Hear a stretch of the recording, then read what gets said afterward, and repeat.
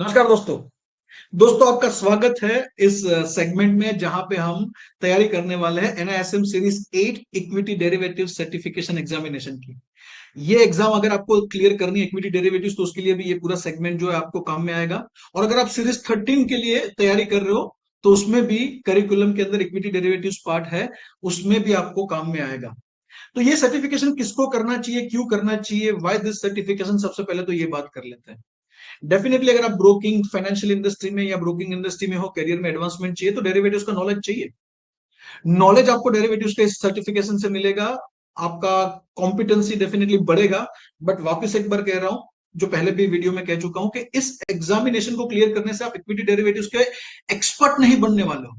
ये आपको बेसिक ज्ञान देगा। कोई भी चीज में सबसे पहले आपका बेसिक क्लियर होना चाहिए, उसके बाद आप एक्सपीरियंस लेके एक्सपर्ट बन सकते हो। तो ये आपका बेसिक क्लियर करेगा, उसके बाद डेरिवेटिव्स में डेफिनेटली एक्सपर्ट बनने में 10-15 साल लग जाते हैं। तो ये आपको बेसिक ज्ञान देगा डेरिवेटिव्स क्या होता है, इंडिया में डेरिवेटिव्स मार्केट जो है वो कैसे स्टार्ट हुआ, उसमें किस किस तरीके की प्रोडक्ट्स है, खास करके इक्विटी डेरिवेटिव्स मार्केट में कितनी प्रोडक्ट्स है, उसके बारे में पूरा ज्ञान मिलेगा। रेगुलेटरी कॉम्प्लायंस रिलेटेड जो भी डेरिवेटिव्स का पूरा फ्रेमवर्क है वो इसके अंदर सीखोगे। अगर आप स्टूडेंट हो अगर आप स्टूडेंट हो तो आपके रेज्यूमे के अंदर अगर ये एग्जामिनेशन क्लियर है तो डेफिनेटली आपको प्रायोरिटी मिल सकती है कहीं पे इंटरव्यू में, अगर ब्रोकिंग फर्म में जाना चाहते हो तो। और कॉम्प्लायंस के पॉइंट ऑफ व्यू से अगर आपको ब्रोकर सब ब्रोकर बनना है, डेरिवेटिव्स का काम करना है, तो डेफिनेटली ये मैंडेटरी है ही है। तो that's why you should appear for this examination. But once again let me remind you, ये जो वीडियोस हम बना रहे हैं ये एग्जामिनेशन क्लियर करने के पर्पज से बना रहे हैं। This is going to give you a basic knowledge of derivatives, products, industry, regulatory framework and everything. I hope that is clear with you, right? अगर ये क्लियर है तो एक बार नीचे कमेंट बॉक्स के अंदर लिख लीजिएगा basic, basic is clear, right? तो चलिए आगे बढ़ते हैं। सबसे पहले तो ये चैप्टर जो है इसके अंदर सबसे पहला चैप्टर जो है उसके बारे में बात करेंगे ये वीडियो में। हर चैप्टर के लिए अलग अलग वीडियो बनाएंगे। तो ये जो पहला चैप्टर है वो है बेसिक्स ऑफ डेरिवेटिव्स। इसका इक्विटी डेरिवेटिव एग्जाम के अंदर कितना वेटेज है? 10 मार्क। यानी कि सिर्फ इक्विटी डेरिवेटिव एग्जामिनेशन के लिए आप जा रहे हो तो उसमें 100 में से 10 मार्क का जो आपका वेटेज है एग्जामिनेशन में इन टर्म्स ऑफ क्वेश्चंस, वो इस चैप्टर का है। यानी कि महत्वपूर्ण चैप्टर है। ऐसे सारे के सारे महत्वपूर्ण चैप्टर है, किसी को स्किप नहीं करना है, राइट? बट वेटेज के हिसाब से हम क्या करेंगे, हमारे वीडियोस के अंदर फोकस करेंगे वेटेज के हिसाब से, कौन से चैप्टर को कितना ज्यादा डीप में जाना है, कौन से चैप्टर में हमें शॉर्ट में निपटाना है। तो यहाँ पे क्या क्या कवर होगा? बेसिक्स ऑफ डेरिवेटिव्स कवर होगा, उसका डेफिनेशन क्या है, डेरिवेटिव्स की शुरुआत कहां से हुई, इंडिया में डेरिवेटिव्स की शुरुआत कहां से हुई उसके बारे में बात करेंगे। डेरिवेटिव मार्केट में कितने तरह के मार्केट्स होते हैं, कितने अलग अलग तरीके के टाइप्स ऑफ डेरिवेटिव मार्केट होते हैं, कितने मार्केट पार्टिसिपेंट्स होते हैं, कौन कौन आके इसके अंदर पोजीशन लेता है, किस तरीके के सेगमेंट के लोग होते हैं, वो सारी बातें सीखोगे। डेरिवेटिव्स मार्केट का सिग्निफिकेंस, इंपॉर्टेंस क्या है वो सीखोगे। और इसके अंदर रिस्क फैक्टर्स जो है वो हम जानेंगे। तो ये बेसिक आपका क्लियर होना चाहिए। बेसिक अगर क्लियर होगा तो आगे आने वाले समय के अंदर चैप्टर समझने में इजी आएंगे। तो इसको मेहरबानी करके बेसिक वर्ड सुन के उसको स्किप मत कर देना। बेसिक है मगर बहुत ही जरूरी है। तो चलिए शुरुआत करते हैं। सबसे पहले बात करते हैं डेफिनेशन, बेसिक्स ऑफ डेफिनेशन। तो क्या कहा गया है कि भाई डेरिवेटिव्स का सबसे पहले तो डेफिनेशन देखो। क्या कहा है कि कॉन्ट्रैक्ट और a product whose value is derived from the value of some other asset class. ऐसा कोई प्रोडक्ट है जिसका वैल्यू जो है वो किसी और एसेट क्लास से डिराइव होता है। वो asset class, underlying asset class जो है ना, वो कुछ भी हो सकता है। यानी कि डेरिवेटिव अपने आप में खुद का कोई प्रोडक्ट नहीं है, बट एक ऐसा प्रोडक्ट बना जिसकी वैल्यू कहीं से और से खींच के आती है, डिराइव करके आती है। वो हो सकता है मेटल, मेटल उसके अंडरलाइंग एसेट जो है वो मेटल भी हो सकता है, एग्रीकल्चर प्रोडक्ट भी हो सकता है, कॉमोडिटी भी हो सकता है, या फाइनेंशियल एसेट्स भी हो सकती है। हो गए कंफ्यूज? चलिए थोड़ा क्लियर करता हूं। फॉर एग्जाम्पल, मान लीजिए कि ये बॉक्स है मेरे पास, एक डब्बा है, ठीक है, ये एक बॉक्स है। इसका अपने आप में ये जो पेपर बॉक्स है इसका अपने आप में, कार्डबोर्ड का जो बॉक्स है इसके अपने आप में कोई वैल्यू होगा। मान लीजिए कि ये इसका कॉस्ट होगा 10 रुपए। कितना? 10 रुपए। अगर मुझे खरीदना है 10 रुपए दूंगा, बेचना है 10 रुपए मुझे मिलेंगे। मान लीजिए कि इसका ये कॉस्ट है। अब इसके अंदर मान लीजिए कि मैं एक, फॉर एग्जाम्पल, HDFC बैंक का शेयर डाल देता हूं, जिसका वैल्यू करीबन मान लीजिए मार्केट प्राइस है अभी 18 रुपए। अब इसका वैल्यू, बॉक्स का वैल्यू कितना हो गया? बॉक्स का कुछ खुद ना खुद तो इंटरेस्टिंग वैल्यू था ही था, 10 रुपए। और इसके अंदर मैंने शेयर डाल दिया 1800 रुपए का। इस बॉक्स का वैल्यू बन गया 1810 रुपए। अब कल इस बॉक्स का वैल्यू बढ़ेगा कम होगा वो किस पर डिपेंड करता है, एचडीएफसी का शेयर बढ़ेगा तो इस बॉक्स का वैल्यू भी बढ़ेगा, एचडीएफसी का शेयर घटेगा तो इसका वैल्यू भी घटेगा। तो ये क्या हो गया, ये एक डेरिवेटिव हो गया। ये बॉक्स जो है ना, जिसका वैल्यू इंट्रिंसिक वैल्यू खुद का कुछ है वो फिक्स है, बट उसके अंदर कुछ एसेट डाला, उसकी प्राइस के ऊपर इसका मूवमेंट बेस्ड होता है। थोड़े और क्लियरिटी की तरफ जाते हैं, इसके अंदर बात करते हैं डिराइव्ड फ्रॉम समबडी एल्स, जब मतलब ये वैल्यू जो है वो कहीं और से डिराइव होती है, उसका मतलब क्या है। फॉर एग्जाम्पल मान लीजिए, मैं आपको एग्जाम्पल देता हूँ, इसकी शुरुआत जो हुई वहां से बात करते हैं, बेसिक्स ऑफ डेरिवेटिव्स। आप देख लीजिए, ये कोई भी एसेट क्लास से यहाँ पे स्क्रीन को दिख रहे हैं, स्क्रीन पे दिख रहे हैं, उसमें से कोई भी एसेट क्लास इसका अंडरलाइंग एसेट हो सकता है, और ये अंडरलाइंग एसेट, ये वर्ड आपको याद रखना है, डेरिवेटिव्स बिना किसी अंडरलाइंग एसेट के नहीं हो सकते।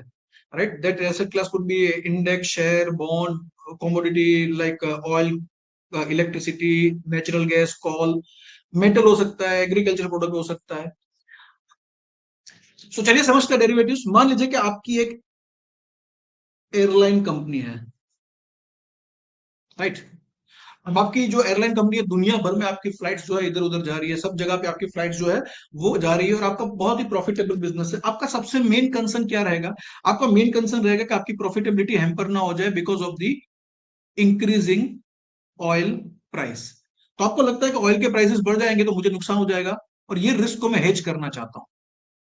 ये ऑयल के प्राइस बढ़ गए तो मेरा प्रॉफिटेबिलिटी कम हो जाएगा, और उसको मैं हेज करना चाहता हूं। तो आपने क्या किया, आप गए किसी के पास जिसको लगता है, जिसका व्यू आपसे उल्टा है, आपको लगता है प्राइस बढ़ जाएंगे, सामने वाले का व्यू है कि प्राइस घट जाएंगे। तो आप गए किसी बैंक के पास, मान लीजिए कि आप गए गोल्डमैन शेख के पास, ये बैंक के पास गए, और इसको आपने बोला कि भाई मुझे ऑयल की 6 महीने के बाद डिलीवरी चाहिए, XYZ गैलन्स, मैं अभी क्वांटिटी में नहीं जाऊंगा, बट आपने बोला कि मुझे ऑयल की जो चाहिए वो चाहिए $100 पे, मुझे मेरा जो ऑयल चाहिए वो चाहिए। क्या बेचने के लिए तैयार हो? अभी नहीं चाहिए मुझे, मुझे जो चाहिए वो कब चाहिए, मुझे चाहिए ये आफ्टर 6 मंथ्स, 6 महीने के बाद मुझे चाहिए। आपने बोला मुझे 6 महीने के बाद ये ऑयल आप बेचोगे 100 गैलन में? हाँ, वो गोल्डमैन ने बोला बेच देंगे हम आपको। आपके और उसके बीच में कॉन्ट्रैक्ट बन गया। अभी 6 महीने, डिलीवरी आज नहीं होने वाली है, देखिए डिलीवरी आज नहीं होने वाली है, डिलीवरी कब होने वाली है, 6 महीने के बाद। यानी कि आज आपने जो आज ये कॉन्ट्रैक्ट किया ना, ये बन गया आपका forward contract. Forward contract is a kind of a derivative. तो आपने कॉन्ट्रैक्ट बना दिया, अब आप रिलैक्स हो, बिकॉज अब 6 महीने के बाद ऑयल के प्राइसेस अगर 110 हो गए बढ़ के, तो आपको टेंशन नहीं है, आप गोल्डमैन शेक के पास जाओगे, राइट, और आपने तो 100 रुपए में ऑयल बुक कर दिया। बट नॉर्मली रियल लाइफ में ये ऐसे नहीं होता है। रियल लाइफ में क्या होगा, आप गोल्डमैन शेक के पास जाओगे, वो होगा मैं तो बैंक हूं, मैं तो ऑयल बेचता नहीं हूँ, राइट। हाँ, मैंने कॉन्ट्रैक्ट किया था वो सही है, 100 का 110 हो गया, सही है। तो वो क्या करेगा, 10 रुपए का जो एडिशनल है ना डिफरेंस, वो आपके साथ मॉनिटरी टर्म्स में एक्सचेंज करेगा, सेटलमेंट करेगा, बोलेगा $10 आप मुझसे ले लो, मल्टीप्लाई में जितने भी गैलन का हमने कॉन्ट्रैक्ट किया था, और बाकी का $100 आप अपनी जेब में से निकाल के ऑयल जो है वो मार्केट से खरीद लो। तो नॉर्मली क्या हुआ, यहाँ पे सेटलमेंट हुआ ना जो प्राइस डिफरेंस का, वो हुआ कैश में। कैश यानी कि वो रोकड़ा वाला कैश नहीं, ब्लैक मनी वाला कैश नहीं, कैश यानी कि मॉनिटरी टर्म्स में सेटलमेंट हुआ। तो आपके और गोल्डमैन के बीच में जो कॉन्ट्रैक्ट हुआ उसको कहेंगे फॉरवर्ड कॉन्ट्रैक्ट। दो पार्टी के बीच में कॉन्ट्रैक्ट हुआ जहां पे आपने फ्यूचर का एक एक अंडरलाइंग एसेट सिलेक्ट किया, जैसे कि ऑयल है, फ्यूचर का एक स्पेसिफिक डेट सिलेक्ट किया, आप दोनों ने बीच में मिलके क्वांटिटी डिसाइड किया, म्यूचुअली आपने एक कस्टमाइज क्वांटिटी डिसाइड किया कि भाई इतना गैलन या इतना बैरल्स या इतना बैरल्स, वो बैरल्स का क्वांटिटी भी आपने डिसाइड किया, दोनों के बीच में एग्रीमेंट हुआ, एक प्राइस आपने डिस्कस किया, उस प्राइस पे अब वो गोल्डमैन शेक जो है वो आपको ऑयल डिलीवर करने के लिए बंद गया। बट एक्चुअली वो ऑयल नहीं देगा, वो क्या देगा, प्राइस का जो डिफरेंशिएशन हो। अच्छा, उससे उल्टा हुआ, 90 रुपए हुआ, तो क्या होगा, अगर 90 रुपए हुआ तो क्या होगा, आपको उसे 10 रुपए देने पड़ेंगे, $10 देने पड़ेंगे, सॉरी। $90 हो गया, प्राइस घट के 90 हो गया, $100 का 90 हो गया, तो क्या वो आपको तो उसके पास से $100 में लेना है, तो आप उससे ऑयल खरीदोगे नहीं, एक्चुअल ऑयल नहीं खरीदोगे, बट आप उसको $10 उसको दे दोगे, और बाकी का $90 का आप ऑयल खरीद लोगे। मगर आपका जो रिस्क था आपने 100 पे एक निर्धारित कर दिया। तो इसको कहते हैं derivative, future contract. Future contract आपके और उसके बीच में आपस में बना है, इसलिए इसको फ्यूचर नहीं कहेंगे, सॉरी फॉरवर्ड कहेंगे। एक तो होता है फॉरवर्ड कॉन्ट्रैक्ट, तो ये हुआ डेरिवेटिव। अब 6 महीने तक आपके पास ये कॉन्ट्रैक्ट है, मान लीजिए ये कागज, चलिए काम कर लेते हैं, ले लेते हैं कागज है, ये कॉन्ट्रैक्ट है जो आपके और गोल्डमैन शेक के बीच में हुआ, तो ये पेपर का वैल्यू बन गया $100 का, ये एक कॉन्ट्रैक्ट है आपका। अब 6 महीने के बाद इसको एग्जीक्यूट करना है। अब 6 महीने के बीच में भी इसकी वैल्यू ऊपर नीचे हो सकती है। मान लीजिए कि डॉलर का प्राइस हो गया 105, उस टाइम पे अगर आपको मार्केट में जाके इसको एनकेश करना है तो कर सकते हो, ₹105 में एनकेश कर सकते हो। किसी को बोलोगे देखो मेरा गोल्डमैन के साथ $100 का ये कॉन्ट्रैक्ट है, मैं आपको ये कॉन्ट्रैक्ट दे देता हूँ, आपको 3 महीने के बाद 3 महीने के बाद ये कॉन्ट्रैक्ट में से निकल जाना था, आप निकल गए और किसी और को बेच दिया, जो $105 में गोल्डमैन शेक के साथ करार करने वाला था, उसकी जगह पे आपने बेच दिया उसको। समझ में आ रहा है? थोड़ा बहुत समझ में आ रहा है?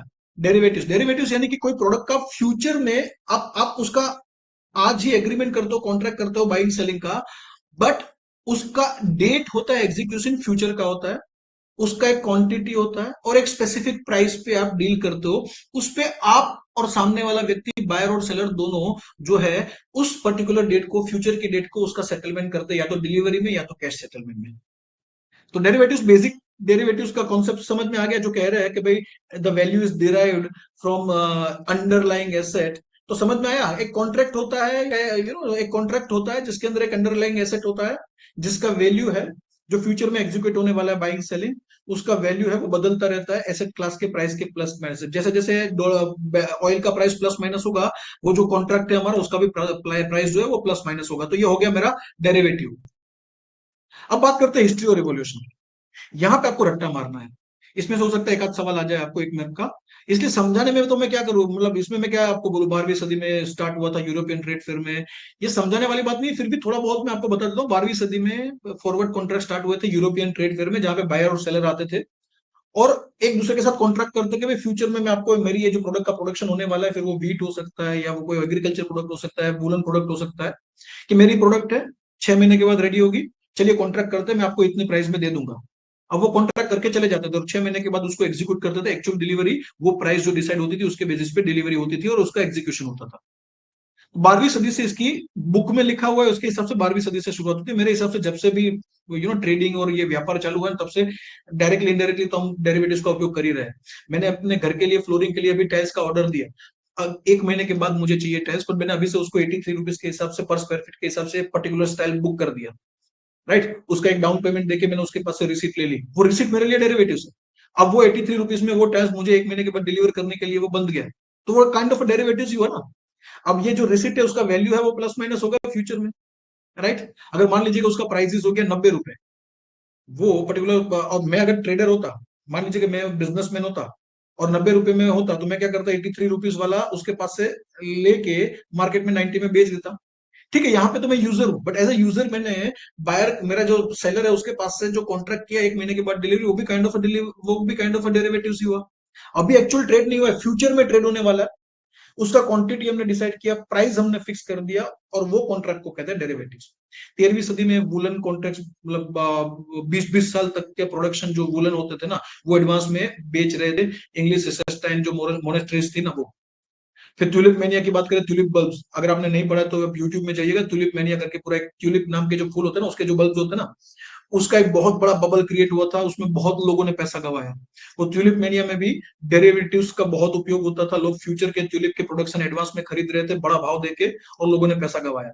17वीं सदी में जापान ने चालू किया राइस के अंदर डेरिवेटिव्स, राइट। जापान में डोजिमा करके ओसाका के बाजू में एक एरिया है, वहां से राइस का फ्यूचर ट्रेडिंग चालू हुआ।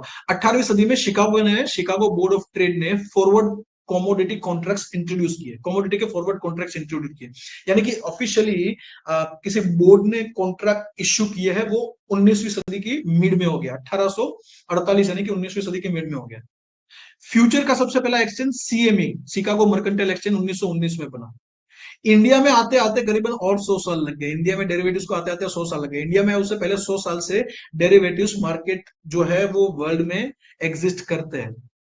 तो मैं क्या रिक्वेस्ट करूंगा, ये वाला रट्टाफिकेशन है, तो एक बार आप इसको पढ़ लीजिएगा, 2-3 बार पढ़िए, याद रहे तो ठीक है, वरना ज्यादा टाइम वेस्ट मत करेगा। ज्यादा से ज्यादा इसमें आपका 1 मार्क आएगा, इससे ज्यादा का कोई क्वेश्चन यहाँ पे आने वाला नहीं है, बट एक बार देख लेंगे, 2-3 बार देख लेंगे तो अच्छा है, राइट। तो इसमें पढ़ाने वाली कोई चीज नहीं, समझाने वाली कोई चीज नहीं, सिर्फ रट्टाफिकेशन है। करना है कर सकते हो, अवॉइड करना अवॉइड कर दो, इससे एक मार्क्स से ज्यादा का नुकसान नहीं होगा, so don't worry about that. Main चीज, इंडिया में डेरिवेटिव मार्केट क्या कब से स्टार्ट हुआ वो बात करते हैं। अब 100 साल हो गए इंडिया में, हर जगह पे डेरिवेटिव्स मार्केट में ट्रेड हो रहा है, कमोडिटी में, शेयर्स में, इंडेक्स में। अब इंडिया में भी लोग बोल रहे हैं भाई, इंडिया गवर्नमेंट को बोलेगा भाई इंडिया के बाहर इतना बड़ा मार्केट हो चुका है डेरिवेटिव्स का, भाई इंडिया में हमें भी ऑप्शन दो ऐसा कुछ कि हम भी डेरिवेटिव्स में ट्रेडिंग कर पाए। इंडिया में डेरिवेटिव ट्रेडिंग जो था, फॉरवर्ड कॉन्ट्रैक्ट का जो ट्रेडिंग था वो प्रोहिबिटेड था। सेबी ने क्या किया, पहला कमेटी का गठन किया, एलसी गुप्ता। उसको बोला, अब कमेटी बनती रहती है, ऐसी कोई भी चीज आनी है तो उससे पहले वो ये पूरी फॉर्मेलिटी डेमो ब्यूरोक्रेसी आपको पता होगी, कमेटी बनेगी, उसको बोलेंगे आप फ्रेमवर्क दो। तो ये जो पहली कमेटी थी जिसके चेयरमैन थे एलसी गुप्ता, उसने 2 साल के बाद अपना रिपोर्ट सबमिट किया, मार्च 17 1998 में, और बोला कि भाई इंडिया में अगर लॉन्च करना है तो डेरिवेटिव को एज अ सिक्योरिटी ट्रीट करो, तो आसानी हो जाएगी। उसको सिक्योरिटी ही बोलो डेरिवेटिव्स को, ताकि सिक्योरिटी मार्केट के जितने भी लॉस है वो उसके अंदर लग जाएंगे। अब 2 साल के अंदर ये कंक्लूजन लेके आए वो, आई डोंट नो और क्या किया, इससे ज्यादा बुक में नहीं दिया और मैं भी पढ़ना नहीं चाहता हूँ। हमारे लिए शायद एक मार्क का क्वेश्चन आ सकता है कि भाई एलसी गुप्ता की जो कमिटी थी उन्होंने डेरिवेटिव्स को क्या रिकमेंड, सेबी को डेरिवेटिव्स के बारे में क्या रिकमेंडेशन दिया था। तो उसमें आ सकता है कि भाई डेरिवेटिव्स को एज अ सिक्योरिटी ट्रीट करने का रिकमेंडेशन, और 3 4 अलग अलग ऑप्शन, तो यहाँ पे आप सिलेक्ट कर सकते हो डेरिवेटिव्स को एज अ सिक्योरिटी ट्रीट करने का ऑप्शन, याद रखिएगा। दूसरा फिर कमिटी बनाया under the chairmanship of J are Verma. उन्होंने बेसिक फ्रेमवर्क तैयार किया, अक्टूबर 1998 में बेसिक फ्रेमवर्क दिया कि भाई डेरिवेटिव्स को लाना है तो उसकी मेथोडोलॉजी क्या होनी चाहिए, मार्जिन का सिस्टम क्या होना चाहिए, मार्जिन कैसे कैलकुलेट करना चाहिए, वो सारी सिस्टम वगैरह का जो रिपोर्ट था, डिपॉजिट का, किसको इसके अंदर मेंबर बनाना है, ब्रोकर का उसके अंदर लायकात क्या होना चाहिए, कितना डिपॉजिट लेना चाहिए, ये सारा जो बेसिक लीगल फ्रेमवर्क बोलोगे, रिस्क मैनेजमेंट फ्रेमवर्क बोलोगे, वो बेसिक सबसे पहला जो ढांचा तैयार हुआ वो अक्टूबर 1998 में। तो 1998 के अंदर ये फ्रेमवर्क तो रेडी हो गया, बट अभी फ्रेमवर्क रेडी नहीं होने से तुरंत ही लॉन्च हो गया ऐसा नहीं है। सबसे पहले तो क्या होगा, लॉ में चेंज करना पड़ेगा। तो 1999 में ये पूरा एक्ट है, the securities contract regulation act, SCRA, उसको अमेंड किया, और अमेंड करके डेरिवेटिव्स जो है उसको एक्चुअली सिक्योरिटीज के डोमेन में इंक्लूड किया। तो जो पहली कमेटी ने जो रिकमेंडेशन दिया था ना डेरिवेटिव्स को एज सिक्योरिटीज में ऐड करो, वो हुआ 1999 में। और उसके लिए पूरा रेगुलेटरी फ्रेमवर्क जो है ना, वो गवर्नमेंट ने डेरिवेटिव ट्रेडिंग के लिए बनाया। फिर मार्च 2000 में ये फ्रेमवर्क बन गया। उसके बाद मार्च 2000 में गवर्नमेंट ने अपने 3 दशक पुराना जो एक सर्कुलर था, जो फॉरवर्ड ट्रेडिंग ट्रेडिंग जो है ना सिक्योरिटीज में, वो प्रोहिबिटेड किया हुआ था, सिक्योरिटीज में फॉरवर्ड ट्रेडिंग आप नहीं कर सकते हो, उसको, जो सर्कुलर था उसको नलीफाई किया, उसको वापस ले लिया। वो 30 साल पुराना सर्कुलर था जिसने कहा था कि सिक्योरिटीज के अंदर आप फॉरवर्ड ट्रेडिंग वगैरह नहीं कर सकते हो, उसको हटाया। अब आया जून 2000। जून 2000 में दो जो बड़े स्टॉक एक्सचेंज है, NSE और BSE, उसको बोला कि आप फ्यूचर ट्रेडिंग चालू करो, आपको अलाउड है। सबसे पहले सेंसेक्स और Nifty based index based future start हुए। फिर उसके 1 साल के बाद जून 2001 में इंडिविजुअल स्टॉक और इंडेक्स, स्टॉक यानी कि आपका रिलायंस हो गया, HDFC हो गया, वो और इंडेक्स, उसके ऑप्शन ट्रेडिंग स्टार्ट हुआ। और नवंबर 2001 आया, तब जाके इंडिविजुअल स्टॉक्स थे उसके फ्यूचर्स का ट्रेडिंग स्टार्ट हुआ। यानी कि नवंबर 2001 से अगर हम कहें तो हमारा जो इक्विटी का जो डेरिवेटिव मार्केट है वो कंप्लीट हुआ, जहां पे आपके पास इंडेक्स के भी फ्यूचर ऑप्शन है, स्टॉक के भी फ्यूचर ऑप्शन है। राइट, इतना याद रखिएगा। इसमें से सवाल आ सकते हैं टाइमलाइन के हिसाब से कि कब NSE BSE को परमिशन मिला, कब स्टॉक फ्यूचर स्टार्ट हुआ, कब इंडेक्स फ्यूचर स्टार्ट हुआ। सिंपल है, ज्यादा नहीं, आप दिमाग में एक टाइमलाइन बिठा लो, हो जाएगा। अब बात करते हैं थोड़ा टेक्निकल। कितने तरीके के डेरिवेटिव्स होते हैं? 4 तरीके के डेरिवेटिव्स होते हैं, राइट।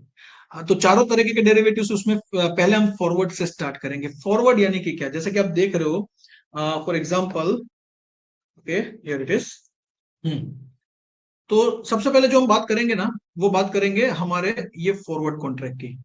फॉरवर्ड कॉन्ट्रैक्ट क्या होता है?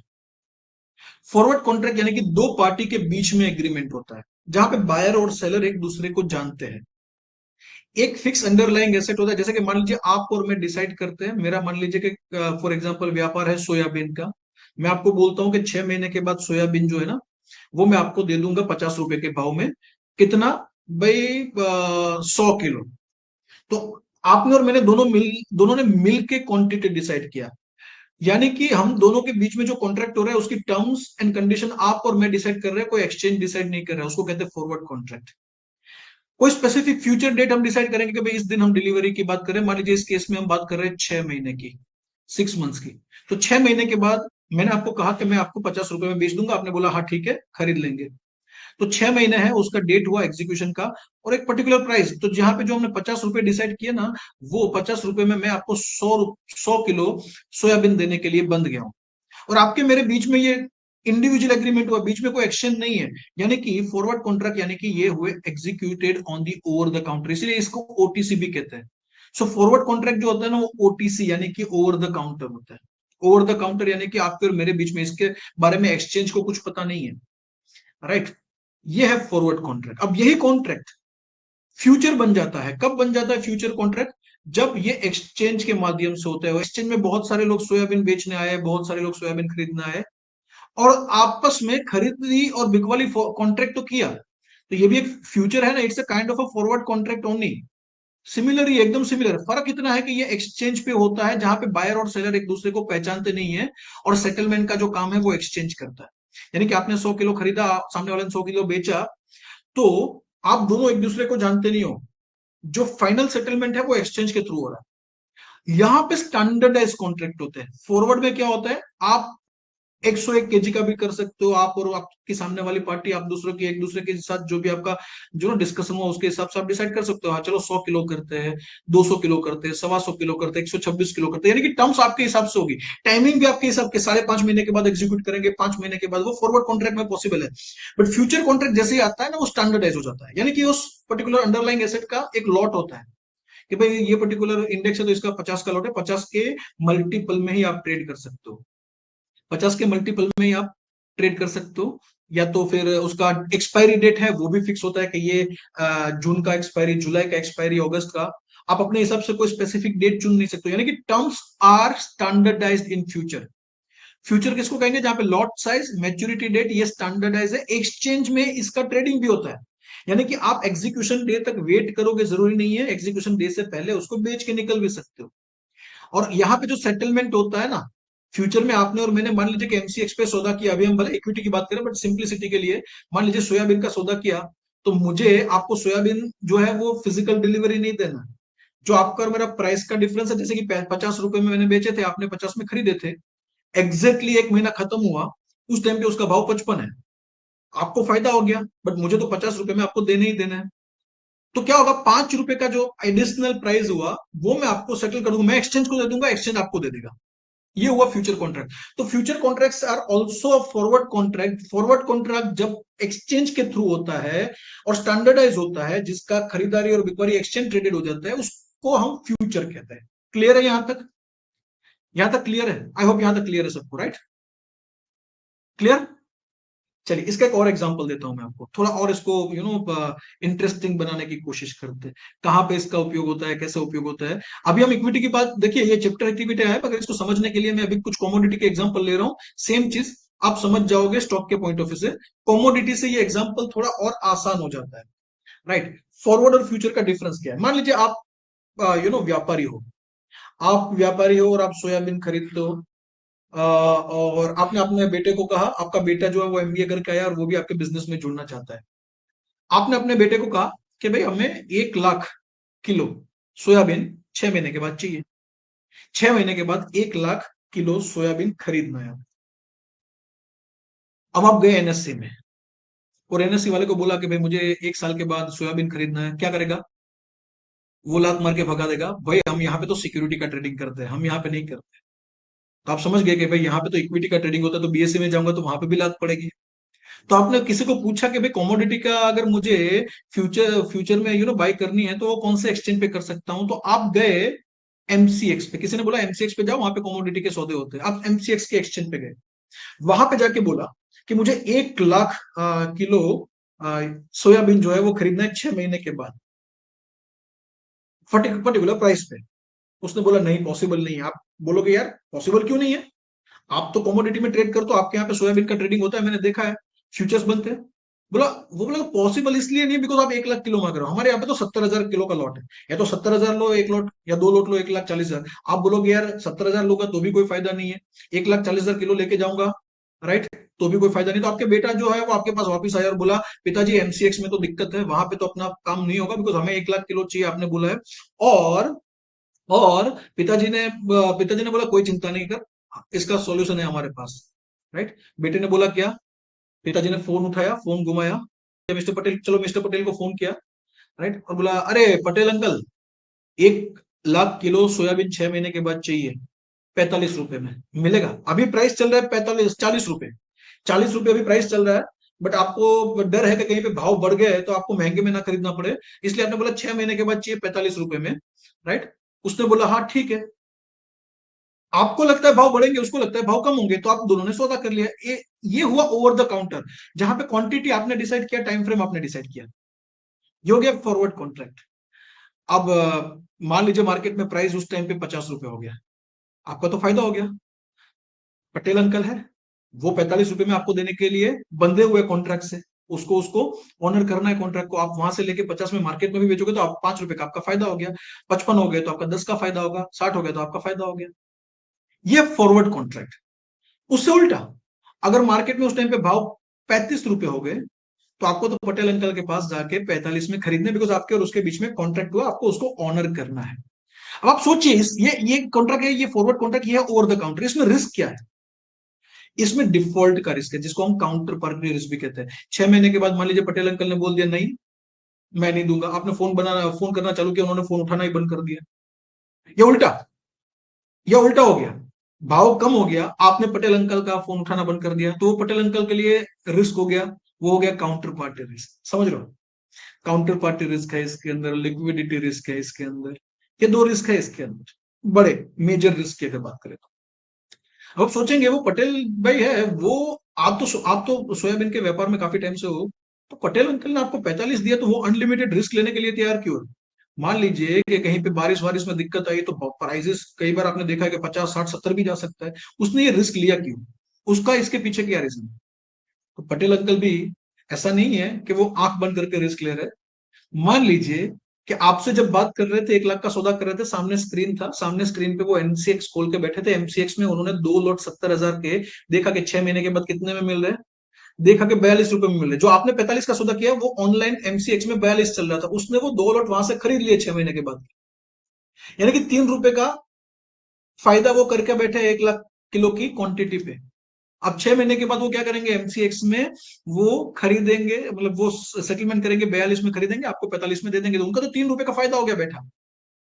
आप बोलोगे 40,000 का क्वांटिटी और भी उसके पास पड़ा है ना, एडिशनल। तो भैया ये पटेल अंकल शायद वो हो सकते हैं कि जो आपके जैसे काफी सारे व्यापारी हैं, उनके पास से सोयाबीन के ऑर्डर्स जो है वो फॉरवर्ड कॉन्ट्रैक्ट में लिखवाते हैं।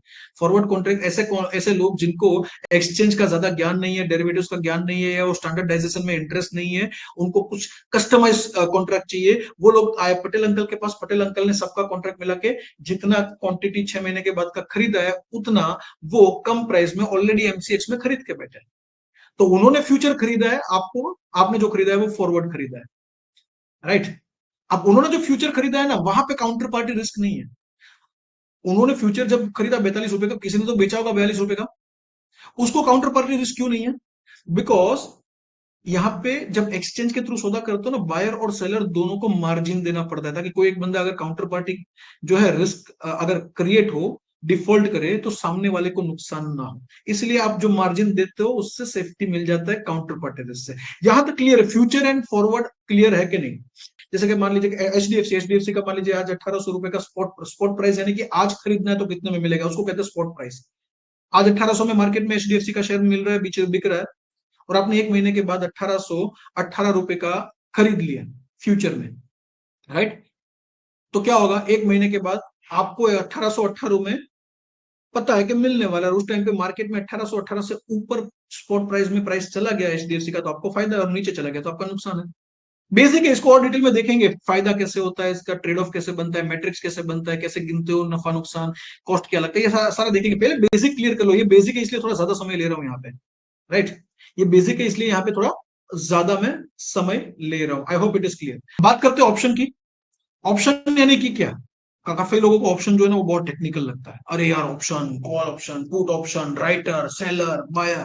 कुछ नहीं, अगर आपको इंश्योरेंस समझ में आता है ना, health insurance, term life insurance, ये समझ में आता है ना, तो ऑप्शन बहुत इजी है। Option is nothing but a kind of a premium only, premium only, right. अब फॉरवर्ड कॉन्ट्रैक्ट वाला सोयाबीन वाला हमारा एग्जांपल है ना, उसको याद करिए, राइट। मान लीजिए आप गए, आप गए और आपने कॉन्ट्रैक्ट जो पटेल अंकल से किया, कुछ ऐसा किया कि ये देखो, ये कूपन है, ये कूपन है जिस पे लिखा है कि आप 6 महीने के बाद मुझे 45 रुपए में, 45 रुपए में सोयाबीन बेचोगे, उसके लिए मुझे ये कूपन प्रोड्यूस करना है। पटेल अंकल ने बोला कि आप आओगे तो मैं 45 में दे दूंगा, मगर ये कूपन लेके आना। ये कूपन अगर आपके पास है तो इस पे लिखा हुआ है 45 रुपए में मुझे आपको 1 लाख किलो सोयाबीन देना है, राइट। तो ये कूपन है मेरे पास, ये कूपन मेरे पास है। अगर 6 महीने में मैं उसके पास कभी भी गया, तो वो जो एक्सपायरी डेट है उससे पहले कभी भी गया और ये कूपन मैंने दिया, तो मुझे 45 में सोयाबीन मिल जाएगा। अब मुझे ये कूपन लेके जाना जरूरी नहीं है, हो सकता है इसको मैं फाड़ के फेंक भी दूं। अगर मैंने फाड़ के फेंक दिया तो पटेल अंकल का कोई रिस्पॉन्सिबिलिटी नहीं है 45 रुपए में देने का।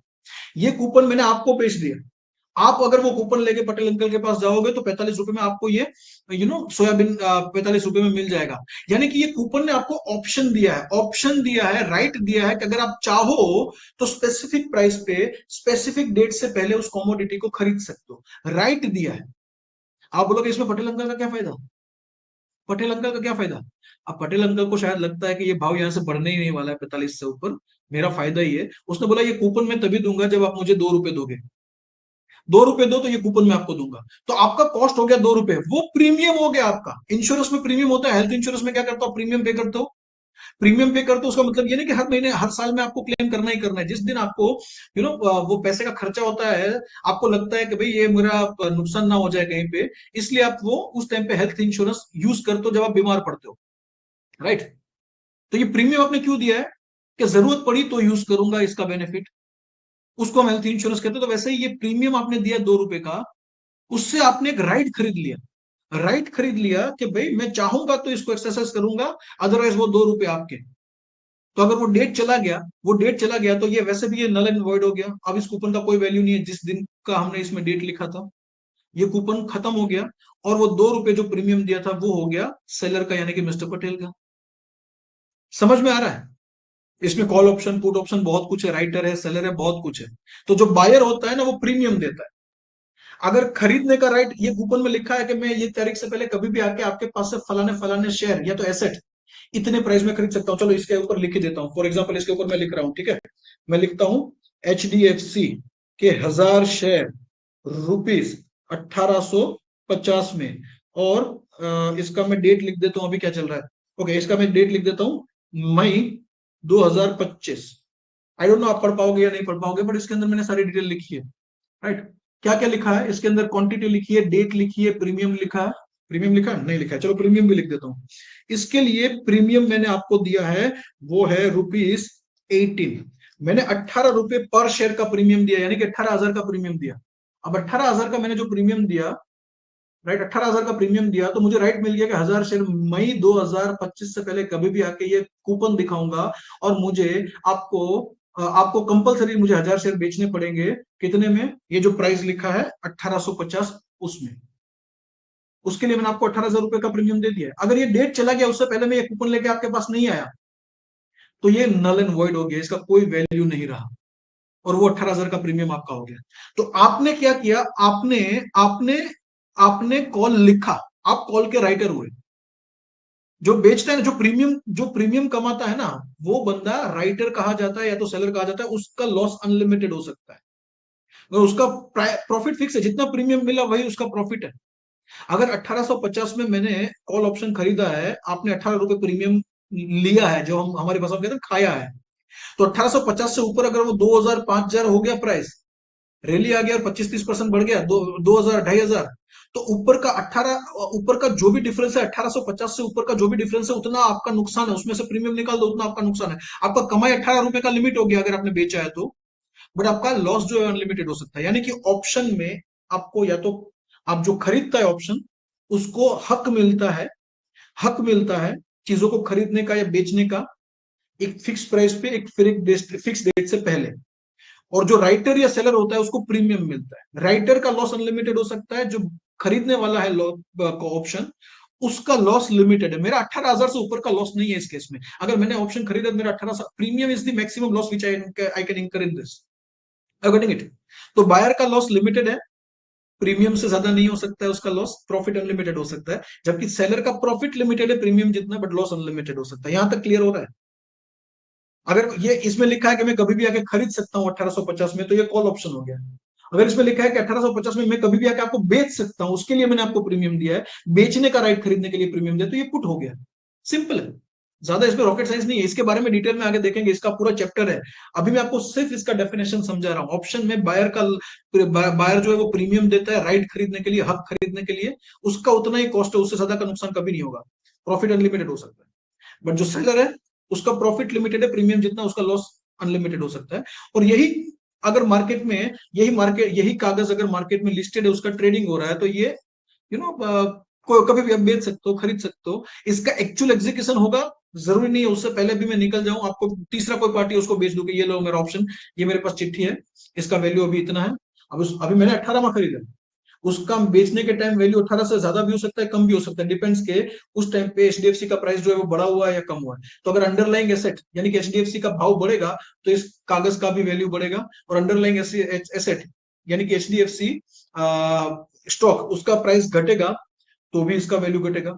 जैसे जैसे डेट नजदीक आएगा इसका वैल्यू कम होता जाएगा, जैसे जितना डेट दूर है उतना इसका वैल्यू ज्यादा रहेगा। डेट नजदीक आएगा तब पता है कि ये डेट चला गया, उसके बाद इसका कोई फायदा नहीं है, इसका वैल्यू जीरो हो जाने वाला है, इसलिए जितना डेट नजदीक आता है उतना भी प्राइस कम होता है।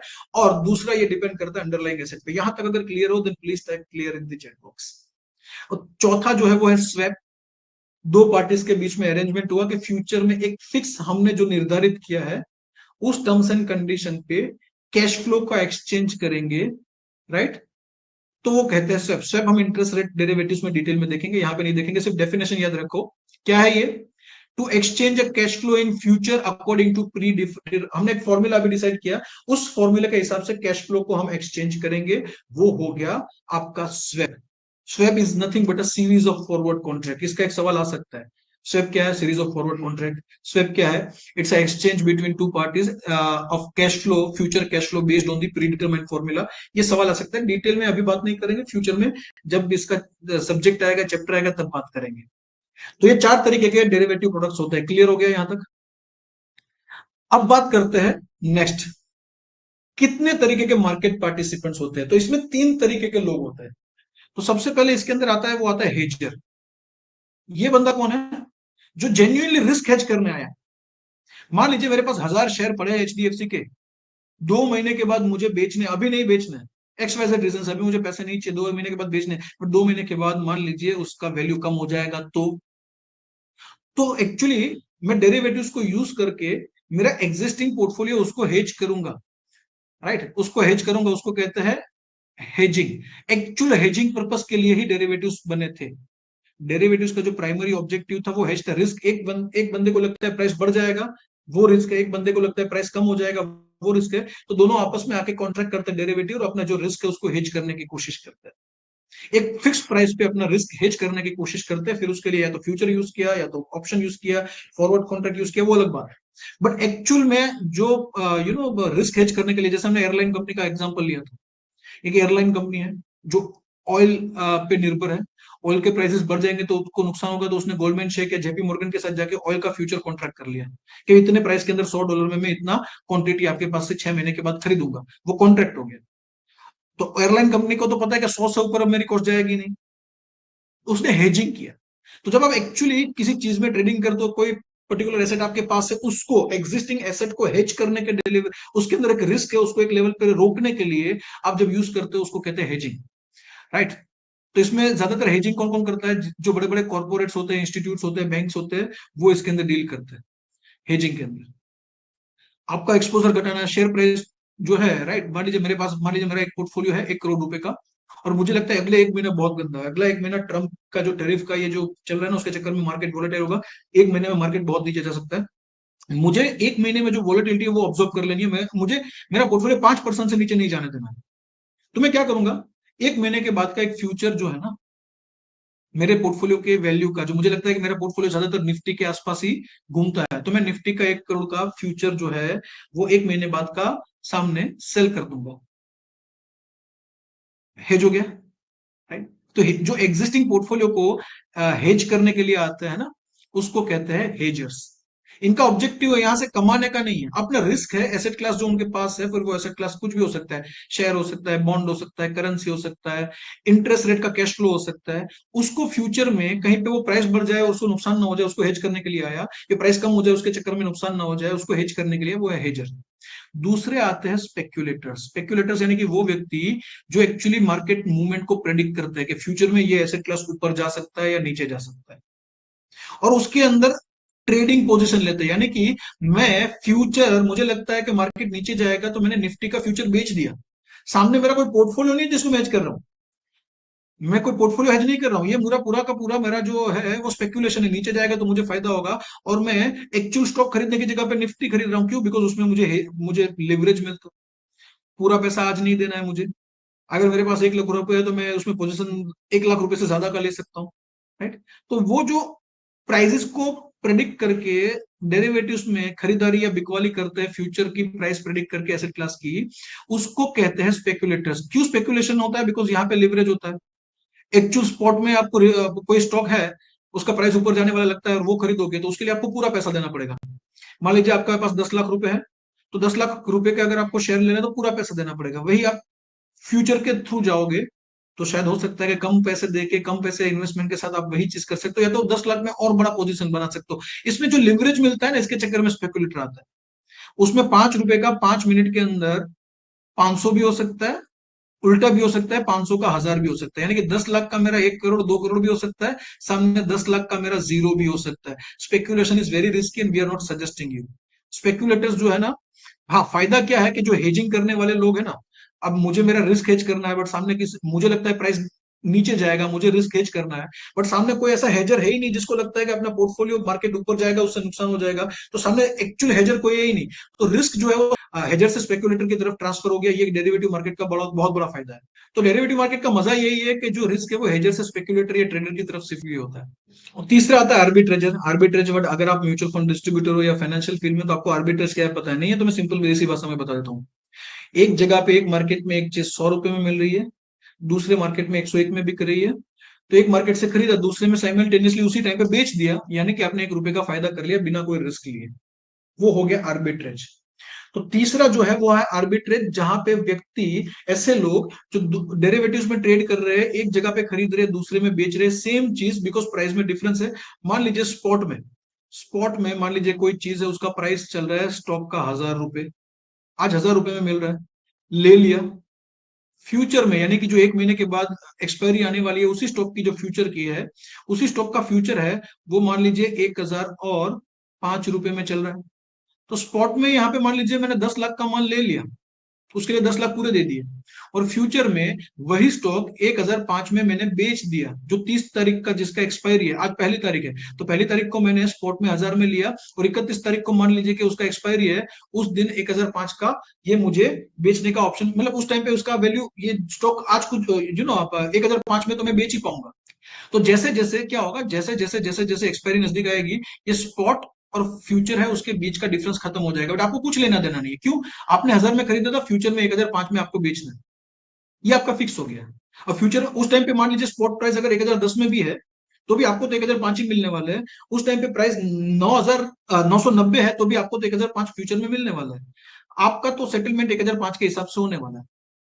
तो एक मार्केट में खरीदा, एक में बेचा, और 5 रुपए का प्रॉफिट कर लिया, दैट इज कॉल्ड आर्बिट्रेज। यहां तक क्लियर हो? यहां तक क्लियर हो? मैं सिंप्लीफाई करने की कोशिश कर रहा हूं, उसको बहुत थ्योरेटिकल लेके जा रहा हूं, प्रैक्टिकल जाएंगे आगे, जैसे चैप्टर आएंगे हम प्रैक्टिकल भी जाएंगे। अभी हम थ्योरेटिकल बात करें तो 3 तरीके के पार्टिसिपेंट होते हैं। अब बात करते हैं 2 तरीके के मार्केट, जो ऑलरेडी बात कर चुके हैं। डेरिवेटिव्स में 2 तरीके के मार्केट, ओवर द काउंटर, हमने जो एग्जांपल लिया था ना सोयाबीन वाला, कि व्यापारी जो है उसने पटेल अंकल को फोन किया, दोनों के बीच में कॉन्ट्रैक्ट हुआ, राइट? तो वो था over the counter product. Over the counter product जहां पे कोई फॉर्मलाइज यानी कि कोई स्टैंडर्ड नहीं होता है कि भाई इतना क्वांटिटी का ही आप सौदा कर सकते हो, लॉट साइज वगैरह नहीं होता है, यानी कि ये टेलर मेड होता है। तो इसके कैरेक्टरिस्टिक याद रखिएगा, टेलर मेड कहां पे होता है? कॉन्ट्रैक्ट का टर्म्स ओटीसी में। काउंटर पार्टी का रिस्क इसके अंदर सबसे बड़ा होता है, बिकॉज कोई सेंट्रलाइज लिमिट वगैरह या डिपॉजिट वगैरह का चक्कर यहाँ पे नहीं होता है। कोई एक्सचेंज नहीं है जो आपसे डिपॉजिट ले रहा है कि आपने डिफॉल्ट कर दिया तो आपका डिपॉजिट जो है उससे सामने वाले को पेमेंट कर दे, राइट? रिस्क मैनेजमेंट को कोई फॉर्मल रूल्स नहीं है, बिकॉज एक्सचेंज पे नहीं है, लिस्टेड नहीं है सिक्योरिटी, तो उसके जो एक्सचेंज में जो रूल्स बने डेरिवेटिव्स के लिए रिस्क मैनेजमेंट के, वो भी यहाँ पे लागू नहीं पड़ते। और ये ज्यादातर प्राइवेट ट्रांजेक्शन है, ये आपके और मेरे बीच में ट्रांजेक्शन हो तो मार्केट को पता नहीं है, ये है ओवर द काउंटर। और इसमें जो होते हैं उसको कहते हैं फॉरवर्ड। क्लियर है? इसमें जो नॉर्मली होते हैं वो फॉरवर्ड ट्रांजेक्शन होते हैं। फ्यूचर ट्रांजेक्शन कहां पे होते हैं? एक्सचेंज ट्रेडेड में। यहाँ पे हर चीज का, फिर वो इंडेक्स है या स्टॉक है, हर का स्टैंडर्डाइज होता है, यानी कि लॉट साइज फिक्स होता है और उसका एक्सपायरी फिक्स होता है, राइट। प्राइस जो है वो मार्केट ड्रिवन है, प्राइस बढ़ प्लस माइनस होगा, अंडरलाइंग एसेट वैल्यू में जो प्लस माइनस होगा उसके हिसाब से इसका प्राइस ऊपर नीचे होगा। तो फॉरवर्ड, ओवर द काउंटर में फॉरवर्ड, और यहाँ पे फ्यूचर, इसके अंदर ट्रेड करना है आपको, तो आपको रिकॉग्नाइज ट्रेड एक्सचेंज जो होंगे एनएससी बीएससी जैसे इक्विटी में, या तो अगर कमोडिटी टू एमसीएक्स जैसे ट्रेडिंग एक्सचेंज में जाके ट्रेडिंग करना पड़ेगा। और जो एक्सपायरी है उस टाइम पे आपको कंपलसरी उसका डिलीवरी देना या लेना नहीं है, कैश में सेटलमेंट डिफरेंस का हो जाएगा। और एनोनिमस है ये प्लेटफॉर्म, यानी कि हजारों बायर वहां पे आते हैं, हजारों खरीदार आते हैं। आपको खरीदना है तो आप अपनी पहचान छुपा के चीजों को खरीद सकते हो, यानी कि सेलर को पता नहीं है कि उसने किसको बेचा, बायर को पता नहीं कि उसने किसके पास से खरीदा। और यहाँ पे क्लियरिंग कॉर्पोरेशन जो है वो गारंटी देती है सेटलमेंट का, यानी कि अगर पहले ओवर द काउंटर में पटेल साहब ने हाथों पर कर दिया तो दिक्कत आ जाएगी, बट यहाँ पे ऑलरेडी मैं आया हूं तो मैंने डिपॉजिट दिया हुआ है, एक मार्जिन दिया हुआ है, डिपॉजिट भी दिया हुआ है, उसमें से सेटलमेंट हो जाएगा डिफरेंस का। तो यहाँ पे रिस्क मैनेजमेंट का सिस्टम एक्सचेंज के अंदर है, जो ओवर द काउंटर में नहीं मिलता है। क्लियर यहां तक? I hope clear. अब बात करते हैं डेरिवेटिव्स की जरूरत क्यों है। यस, प्राइस डिस्कवरी में हेल्प करता है, मार्केट को एफिशिएंट बना रहा है, बिकॉज इसके अंदर वॉल्यूम जो है, स्पेकुलेटर है, ट्रेडर है, डेरिवेटिव, उसकी वजह से मार्केट का साइज इतना बढ़ गया है कि वो एक्चुअल वैल्यूएशन के हिसाब से प्राइस डिस्कवरी करने में हेल्प करता है, राइट। हम जो तीन तरीके के पार्टिसिपेंट्स की बात कर रहे थे, एक था हेजर, दूसरा था स्पेकुलेटर। तो हेजर को हेल्प करता है in terms of transferring the risk, right, transferring the risk to speculator. और स्पेकुलेटर जो है ना, उसके ऊपर रिस्क ट्रांसफर करना है हेजर को, तो वो हो गए।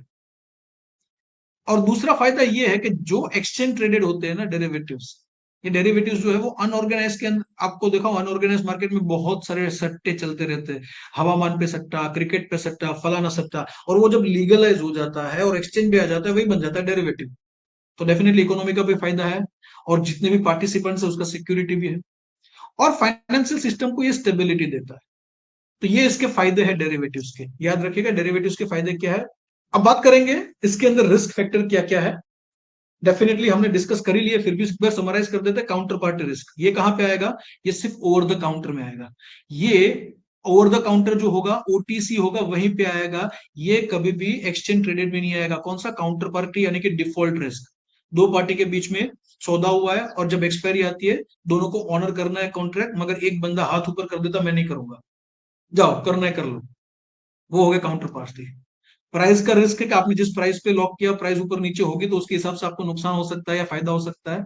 लिक्विडिटी रिस्क है, आपने जो बाई किया कॉन्ट्रैक्ट, हो सकता है कि उसको अगर वॉल्यूम ना हो तो सेल ना भी कर पाओ, that's called liquidity risk. Legal and regulatory risk, कोई नया नियम आया, उसने कंपलसरी एक्सपायरी ला दी कि इसका कंपलसरी आपको सेटलमेंट करना है। कोई ऐसा एक्सवाइजेड सिचुएशन है जिसकी वजह से सेबी ने बोला कि भाई इसका सेटलमेंट कंपलसरी कर दो, राइट। तो हो सकता है कि एग्जीक्यूशन डेट से पहले भी सेटलमेंट कंपलसरी करना पड़े।